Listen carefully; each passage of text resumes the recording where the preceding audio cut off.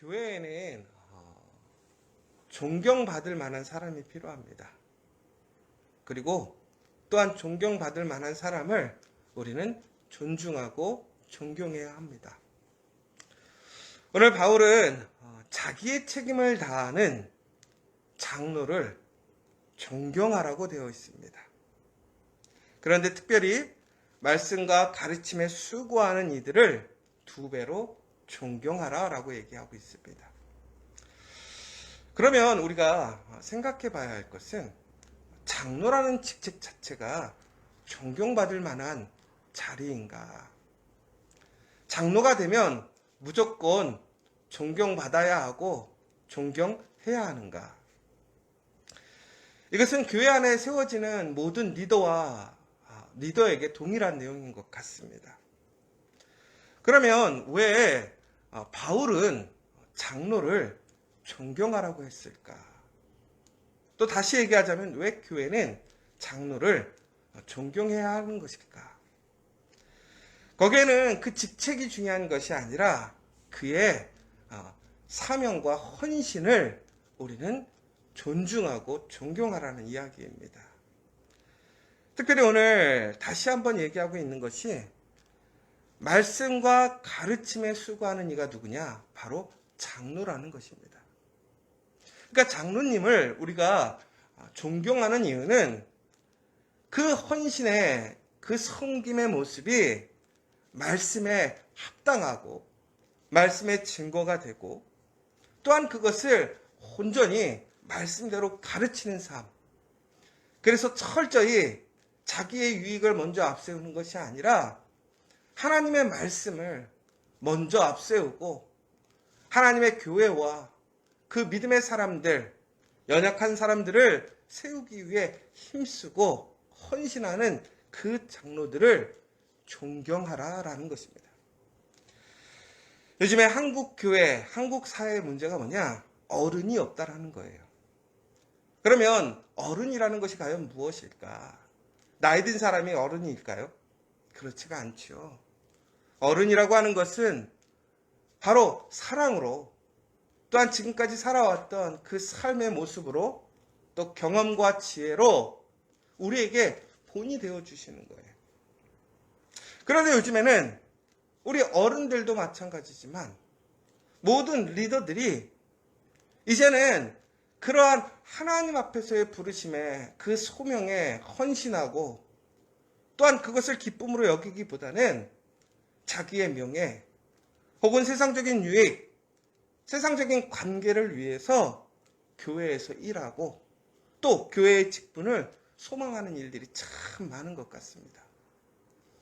특별히 하나님께서 우리에게 주신 그 직분을 통해서 자기의 어떠한 그러한 소망과 자기의 어떤 그러한 연약함을 감추고 흔히 얘기한 세상에서 이룰 수 없는 것을 교회에서 이루면서 대리만족을 느끼고 혹은 존중받는 것을 통해서 스스로가 위안을 삼는 그런 모습을 보일 때가 참 많아요. 여러분, 우리는 마땅히 정말로 교회 안에서 하나님의 그 부르심에 순종하는 사람들을 존경해야 합니다. 어떤 세상에 높은 지위에 있거나 혹은 무엇인가 뛰어난 학식을 해서가 아니라 바로 그 말씀을 따라 온전하게 예수 그리스도의 제자가 되는 삶을 보여주고 있는 그 한 사람 한 사람들을 우리는 존경해 줘야 한다는 거예요. 그런데 이것은 단순히 장로에게만 구한되느냐? 그렇지 않지요. 목사도 마찬가지고 장로도 마찬가지고 권사나 안수 집사, 집사도 마찬가지예요. 또한 우리 평신도도 마찬가지예요. 항상 얘기하지만 교회의 직분은 조직성의 직급이 아니에요. 교회는 흔히 얘기해서 사명의 부름에 받은 자리가 다른 것이고 역할이 다른 것뿐입니다. 그러므로 우리의 삶의 자리에서 우리가 이처럼 하나님의 말씀을 온전히 듣고 지키며 행하고 가르치기에 힘쓰고 있다면 우리는 그러한 사람들을 온전히 인정하고 존경해야 된다는 사실이에요. 그런데 교회가 세상과 다르다고 하는데요. 교회에서 보면요. 교회 일 열심히 하고 순수하게 일하는 사람을 좋게 보기보다는 오히려 비아냥거리고 오히려 왜곡하고 오히려 편애하는 일들이 참 많아요. 여러분, 우리가 하나님 앞에서 평가를 받는다면 우리가 무엇으로 하나님께 평가를 받을 것 같습니까? 내가 세상에서 얼마나 돈을 많이 벌었고 내가 세상에서 얼마나 많이 배웠고 세상에서 얼마나 많은 일을 했느냐가 중요한 것이 아니지요. 하나님의 생명의 책에 아름답게 거룩하게 기록되는 사람들이 누구일까요? 바로 하나님의 말씀을 믿고 의지하고 그 말씀을 소망하며 말씀대로 살아간 사람들, 그 말씀을 온전히 지켜 행하기 위해 힘쓴 사람들, 자신의 유익보다 하나님의 나라, 하나님의 공동체를 위하여 헌신하고 수고했던 사람들, 바로 그 사람들이 하나님의 가장 큰 상급을 받는 사람들이에요. 여러분, 우리는 세상의 기준과는 다른 눈으로 우리 공동체의 사람들을 바라봐야 돼요. 리더들을 바라봐야 돼요. 우리에게 존중할 사람, 존경할 사람이 없는 것이 아니라 우리가 진정으로 존경해야 될 사람이 누군지를 우리 스스로가 우리의 생각과 우리의 마음을 다시 되돌아봐야 되는 거예요. 그리고 또한 바로 이렇게 직분을 받은 사람들은 존경받을 수 있게 일해야 한다는 거예요. 내가 목사니까, 내가 전도사니까, 내가 장로니까 나는 존경받을 만해. 존경해줘야 돼. 아니죠. 하나님의 말씀을 온전히, 그러니까 존경받는 것이 목적이 아니라 그 부르심에 순종하고 헌신하는 것이 목적이 돼야 된다는 거예요. 그 자리에서 우리에게 책임져지는 그 책임과 부르심을 우리는 온전히 알고 깨닫고 힘써 일해야 한다는 거예요. 그러면 우리는 당연히 존중받을 수밖에 없어요. 여러분, 교회 안에 그래서 양반인 사람과 그 양반의 하인이었던 사람이 같이 교회에서 교회 일을 섬기다가 오히려 하인이 장로님이 되시고 그 양반 주인은 그 안수 집사가 되어서 오히려 반대로 교회에서 섬기는 모습들을 보게 될 우리 역사도 있잖아요. 그러니까 결국에는 교회라는 것은 바로 하나님의 나라의 그 모습을 보여주는 거예요. 하나님 나라에서 칭찬받을 것, 하나님께서 존귀하게 여기는 것이 무엇인지를 우리 교회에서는 그것들을 인정하고 세워지는 모습이 돼야 돼요. 여러분, 교회가 요즘 썩었다고 그러잖아요. 교회가 문제가 많다고 그래요. 교회가 세상에서 소금과 빛의 역할을 못한다고 그래요. 왜 그럴까요? 구별되지 않기 때문에 그래요. 세상의 모습이 그대로 교회에 와서 교회에서도 똑같은 모습으로 평가하고 바라보고 그것을 소망하기 때문에 하나님의 능력이 나타나지 않아요. 하나님의 교회, 하나님의 사람들에게 능력은 결국은 하나님의 말씀이에요. 그 말씀이 우리에게 임하고 그 말씀을 통해 살아가게 될 때 우리는 하나님의 능력으로 살아갈 수 있게 되는 거예요. 여러분, 교회에서 우리가 공동체에서 진심으로 하나님께 존경받는 또한 존경할 수 있는 사람들이 되기를 간절히 소망합니다. 여러분, 우리는 근데 그렇게 얘기할 때가 있어요. 아유, 그냥 나는 목사도 아니고 전도사도 아니고 장로도 아니고 안신도, 나는 그냥 평신도야. 여러분 기억하셔야 돼요. 평신도라는 게, 성도라는 게 이미 세상 사람과 구별되었다라는 사실이에요. 여러분, 엄밀히 보자면 우리가 성찬을 할 때도 우리가 세례를 받고 그 공동체의 구성원이 되지 않았다면 우리는 성찬에 참여할 수 없었어요. 예전에는. 무슨 얘기냐면 결국은 내가 세례하고 내가 세례를 받고 또한 그 공동체 안에서 신앙을 고백하고 말씀대로 살아가는 그 삶이 증거가 될 때에 그들은 성찬에 거룩한 주님의 만찬에 참여할 수 있게 되었다라는 거예요. 그러면 여러분들 우리가 그럴 거 아니에요. 아니 그게 뭐가 대단한 거라고 그렇게 구별을 짓고 그렇습니까? 여러분 단순히 성찬을 참여하는 것이 하나님의 기념이냐 아니면 임재냐라는 차이가 있어요. 신학적으로 보자면. 그러나 중요한 것은 바로 그것에 대한 삶의 구별점이라는 거예요. 내가 세상 사람들과 다르게 사는 거예요. 다른 것을 믿고 다른 것을 소망한다라는 기준점이에요. 내 삶의 가치관이 바뀌는 것이고 삶의 목적이 바뀌는 거예요. 내 삶의 방식이 바뀌는 거예요. 그러므로 누구든지 내가 예수를 믿는 그리스도인이 되었다고 하는 것은 세상의 방식과 세상의 방법이 아니라 하나님의 말씀대로 살아가는 것이죠. 그러므로 이거는 평신도나 어떤 직분자나 우리가 마땅히 기본적으로 그 믿음 안에서 살아가야 될 삶이라는 것은 동일한 거예요.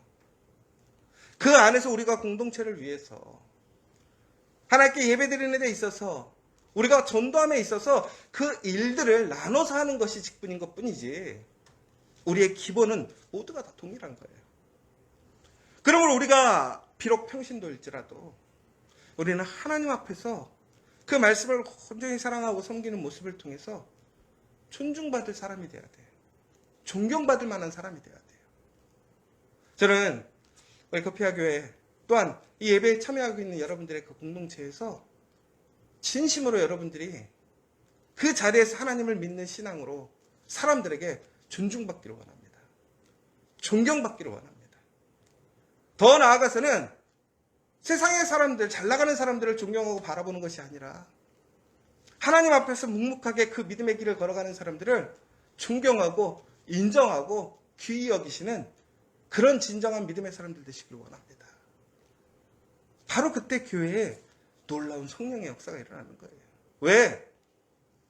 사람이 주인이 아니고 사람이라는 것이 아니라 하나님이 주인이시고 하나님의 성령께서 역사하시기 때문에 바로 그런 교회가 부흥하는 교회이고 바로 그런 교회가 하나님의 성령의 역사가 일어나는 교회인 줄 믿습니다.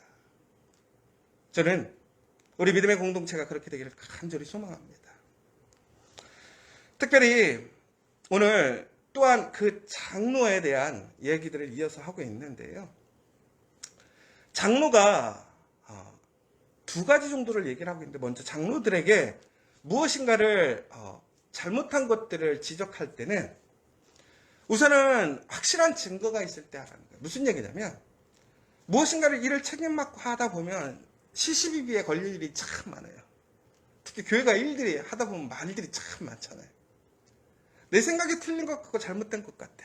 그러나 우리는 단순히 추정이나 생각으로 할 것이 아니라 교회에 거룩한 일을 하는 사람들, 헌신하는 사람들이 잘못됐다고 생각했을 때는 한 가지도 아니고 두세 가지의 증거들이 분명해졌을 때 그 문제를 제기하라는 거예요. 이것은 문제를 덮어주라는 얘기가 아니에요. 그 자리가 많은 시험과 도전의 자리라는 거예요. 우리가 믿음의 길을 걸어가다 보면 이처럼 많은 시비와 도전이 오게 되어 있다는 거예요. 그러나 그 시비와 도전으로 인하여 그 사람을 흔드는 것이 아니라 정말 굳건하게 그 길을 걸어가고 있다면 온전하게 그 일을 행할 수 있도록 돕는 것이 공동체의 역할이라는 거예요. 더 나아가서는 진심으로 우리가 사람을 끌어내리는 것이 목적이 아니라 세우는 것이잖아요. 어떤 사람들은 그 직분에 부족한 역할을 보여줄 때가 있어요. 모습을 보여줄 때가 있어요. 그러면 정죄하고 비판해서 그 사람을 끌어내는 것이 목적이 아니라 그 사람이 그 본분을 하나님의 부르심의 자리에서 온전히 행할 수 있도록 돕는 것이 진정한 공동체, 믿음의 사람들의 모습이라는 거예요. 더 나아가서는 오늘 21절 밑에서는 계속 무슨 얘기를 하고 있냐면 우리의 리더로서, 믿음의 사람으로서, 특별히 장로로서 우리는 편견 없이 이 것들을 지켜 아무 일도 불공평하게 하지 말며 아무에게나 경솔히 안수하지 말고 다른 사람의 죄에 간섭하지 말며 내 자신을 지켜 정결하게 하라라고 나와 있어요. 그러니까 우리가 항상 사람들을 바라볼 때에 우리는 우리의 생각, 우리의 기준, 나의 유익에 따라서 판단하는 것이 아니라 철저하게 하나님의 말씀을 기준으로 바라보고 생각하고 판단하고 일하라는 거예요. 거기에 더 중요한 것이 하나 있어요. 경솔하게 하지 말라는 거예요. 여러분, 경솔히 안수하지 말라고 되어 있어요. 다른 사람의 죄에 간섭하지 말라고 되어 있어요. 내 자신을 지켜 청결하게 하라고 되어 있어요. 우리 얼마나 성급한지 몰라요. 뭔가 생각이 나면 막 해야 될 때가 있어요. 저도 좀 그런 스타일이에요. 그래서 요즘엔 저는 한 번 더 고민하고 두 번 더 기도하고 이렇게 하거든요. 근데도 실수할 때가 참 많아요. 여러분, 우리는 하나님의 뜻이 무엇인지를 잘 분별해야 돼요. 여러분, 모를 때 어떻게 해야 됩니까? 기도해야 돼요. 말씀을 통해서 내가 어떻게 이 상황을 바라볼 것인지, 판단해야 될 것인지, 선택해야 될지. 우리가 사람들과 만나다 보면 갑자기 어떤 사람들이 너무 좋을 때가 많아. 그런데 그 사람을 나중에 알고 봤더니 참 안 좋은 모습들을 보게 될 때도 많아요. 여러분, 사람을 거리를 두라는 얘기가 아니에요. 교회에서는 언제나 그 사람들을 환영하고 환대하고 사랑하고 섬겨야 돼요. 그러나 우리가 하나님의 거룩한 그 직분자로 세워지게 될 때에는 우리는 기도로서 그 말씀의 행실의 증거를 통해서 사람을 세우고 또한 인정하고 따라가야 한다는 거예요. 이처럼 우리 또한 마찬가지예요. 단기간에 우리의 것을 보여주려고 하지 마세요. 더 중요한 것은 얼마나 오랫동안 우리의 모습을 지켜 행하느냐라는 거예요. 전국에는 그 경솔함을 이기는 것은 뭔지 아십니까? 꾸준함이고 성실함이에요. 저는 우리 커피아 교회 더 나아가서 믿음의 사람들에게 지금 이 시대에 필요한 것은 이 성실함과 꾸준함이라고 생각해요. 여러분, 여러분들의 그 믿음에, 그 신앙의 고백에, 그 실천에 있어서 여러분들 지금 포기하고 고민하는 것이 있습니까? 우리가 예배 드리는 것, 헌금하는 것, 더 나아가서 하나님의 거룩한 그 헌신과 봉사에 참여하는 것, 내가 누군가를 섬기는 것, 말씀대로 살아가는 것. 우리는 상황 때마다 흔들리고 포기하고 했다 안 했다 할 때가 얼마나 많은지 몰라요. 그러나 제일 중요한 것은 뭐냐? 꾸준하게, 성실하게, 경솔하지 않는 모습을 증거하는 사람이에요. 그것이 진정한 참된 제자이고 믿음이라는 것이죠. 오늘 그래서 우리 모든 믿음의 지체들이 그런 존경받을 만한 사람 되기를 간절히 소망합니다. 또한 그러한 사람들을 존경하는 여러분 되시기를 간절히 소망합니다. 그래서 정말로 하나님께서 우리의 믿음의 공동체를 통해서 세상에서 구별되어지고 세상에서 선한 싸움을 통해 승리하는 그 믿음의 공동체, 믿음의 사람 되어서 오늘도 담대하게 하나님의 말씀 안에서 승리하는 저와 여러분 되시기를 간절히 소망합니다.